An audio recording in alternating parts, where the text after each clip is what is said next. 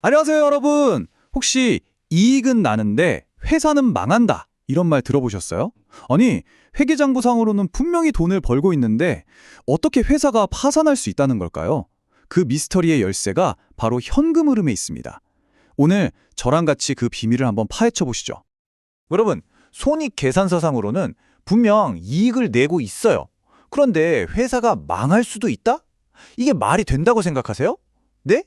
아니, 이익이 나는데 어떻게 파산을 해요? 돈을 벌고 있다는 거잖아요. 도저히 이해가 안 되는데요. 바로 그겁니다. 바로 그게 오늘 우리가 현금 흐름을 제대로 공부해야 하는 이유인 거죠. 자, 오늘 우리는 이 6단계를 쭉 따라가면서 현금 흐름의 미스터리를 한번 풀어볼 거예요. 첫 번째 퍼즐, 이익이랑 현금은 다르다. 여기서부터 시작해서요. 마지막에는 실제 기업 사례를 가지고 모든 조각을 한번 착착 맞춰볼 겁니다. 다들 준비되셨죠? 첫 번째 퍼즐입니다. 왜 이익이 곧 현금이 아닐까요? 정답은 말이죠. 회계장부에만 존재하는 비현금 항목이라는 것 때문이에요.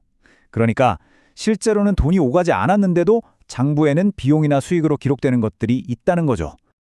교수님, 그럼 이익하고 현금 흐름이 정확히 어떻게 다른 거예요? 아주 좋은 질문이에요. 자, 이 화면을 한번 보실까요? 쉽게 말해서 이익은 회계 원칙에 따라서 계산된 일종의 의견에 가깝고요.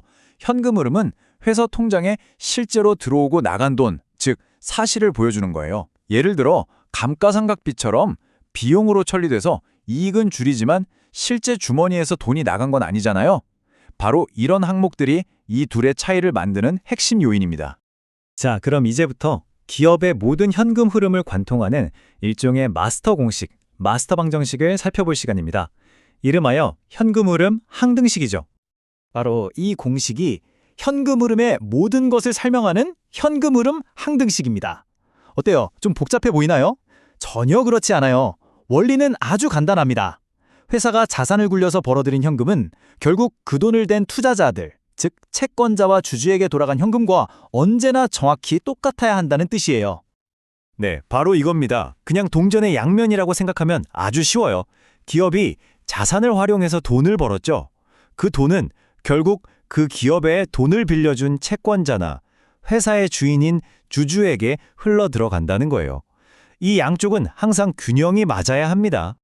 교수님, 그러면요, 그 항등식의 왼쪽 편에 있는 자산으로부터의 현금 흐름, 이건 어떻게 계산하는 건가요? 이야, 아주 예리한 지적이에요. 좋습니다.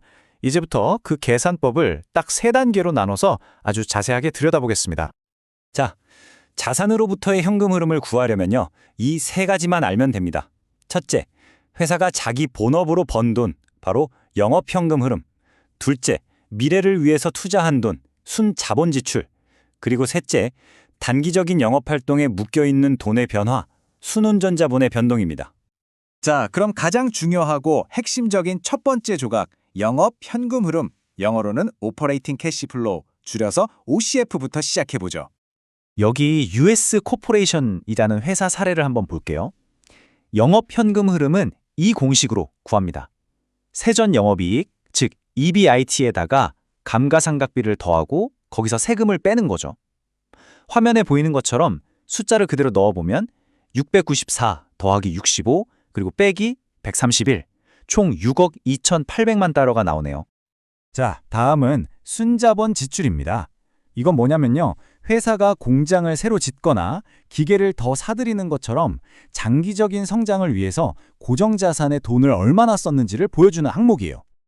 순자본 지출은요, 연말에 고정자산에서 연초에 고정자산을 뺀 값에다가 감가상각비를 더해서 구합니다. US 코퍼레이션의 경우 계산해보니 2021년에 1억 3천만 달러를 고정자산에 순수하게 투자했다는 걸 알 수 있죠. 자, 마지막 세 번째 조각입니다. 순혼자본의 변동. 이건 뭐 재고나 외상 매출금처럼 단기적인 영업활동에 현금이 얼마나 더 투입되었는지 아니면 오히려 회수되었는지를 보여주는 숫자라고 생각하시면 돼요. 자, 이제 우리가 찾은 3가지 조각을 모두 합쳐볼 시간입니다.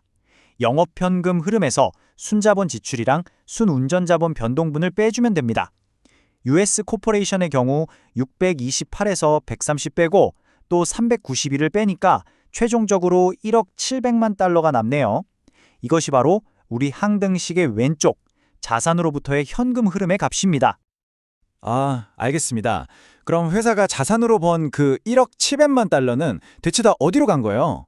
그렇죠. 바로 그겁니다. 이제 우리 항등식의 오른쪽 편을 보면서 그 돈이 과연 어디로 흘러갔는지 한번 추적해 봅시다. 먼저 돈을 빌려준 채권자들에게 간 돈부터 따라가 볼게요. 채권자에게로의 현금 흐름은요, 회사가 지급한 이자에서 새로 빌려온 돈을 빼서 구합니다. US 코퍼레이션은 채권자들한테 총 2,400만 달러를 지급했네요. 다음은 회사의 진짜 주인인 주주에게 간 돈입니다. 주주에게로의 현금 흐름은 지급한 배당금에서 새로 주식을 발행해서 조달한 돈을 빼서 계산하죠. 보시는 것처럼 US 코퍼레이션은 주주들에게 8,300만 달러를 지급했습니다. 자, 이제 최종 확인해 볼까요? 자산으로부터 만들어진 현금이 1억 700만 달러였죠. 그리고 채권자에게 간 돈 2,400만 달러와 주주에게 간 돈 8,300만 달러를 더하면 와, 정확히 1억 700만 달러가 딱 떨어지네요. 보시는 것처럼 현금 흐름 항등식은 언제나 완벽하게 성립합니다. 자, 지금까지 배운 개념들을 완전히 우리 걸로 만들기 위해서 새로운 회사, 돌콜라라는 회사의 사례에 직접 한번 적용해보는 시간을 갖겠습니다. 다들 해볼 준비 되셨죠? 자, 돌콜라의 영업 현금 흐름부터 계산해볼까요? 혹시 공식 기억나는 사람? 아까 세전이익 EBIT에다가 감가상각비를 더하고 거기서 세금을 빼는 거였죠? 맞아요. 정확합니다. 그럼 화면 보고 숫자 한번 넣어볼까요? 150 더하기 150, 거기서 25를 빼면 275달러네요. 완벽해요. 돌콜라의 자산으로부터의 현금 흐름을 계산해보니까 어라? 마이너스 181달러가 나왔네요. 근데 여러분, 마이너스라고 해서 무조건 나쁜 신호는 아니에요. 이 경우는 회사가 영업으로 번 돈보다 훨씬 더 많은 돈을 미래 성장을 위해서 투자, 즉 순자본 지출이나 순운전자본에 썼다는 의미로 해석할 수 있거든요.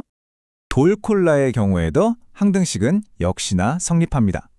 마이너스 181은 채권자에게로의 현금 흐름 마이너스 217과 주주에게로의 현금 흐름 36을 더한 값과 정확히 일치하죠.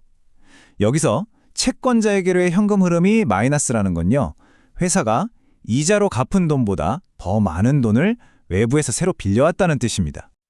와, 교수님, 오늘 정말 많은 걸 배웠는데요. 마지막으로 저희처럼 재무를 공부하는 학생으로서 왜 이 현금 흐름 분석이 그렇게 중요한 건지 딱 한마디로 정리해 주실 수 있을까요? 물론이죠. 가장 중요한 핵심 같이 한번 짚어봅시다. 이 한 문장이 모든 걸 말해줍니다. 이익은 의견이고 현금은 사실이다. 우리 맨 처음에 던졌던 질문 기억나세요? 왜 흑자 기업도 망할 수 있는가? 바로 이것 때문입니다. 장 부장의 이익이라는 의견은 아주 그럴듯했지만 실제 돈의 흐름이라는 사실이 그걸 뒷받침해주지 못했기 때문인 거죠. 자, 이제 여러분의 차례입니다. 오늘 배운 이 강력한 분석 도구를 가지고 여러분이 평소에 관심 있던 기업의 재무제표를 한번 열어보세요. 그리고 직접 질문을 던져보는 겁니다. 과연 이 회사의 현금 흐름은 건강한가? 이 질문에 답하는 과정을 통해 여러분은 기업을 훨씬 더 깊이 있게 그리고 남들보다 더 정확하게 이해하게 될 겁니다. 오늘 설명은 여기까지 하겠습니다.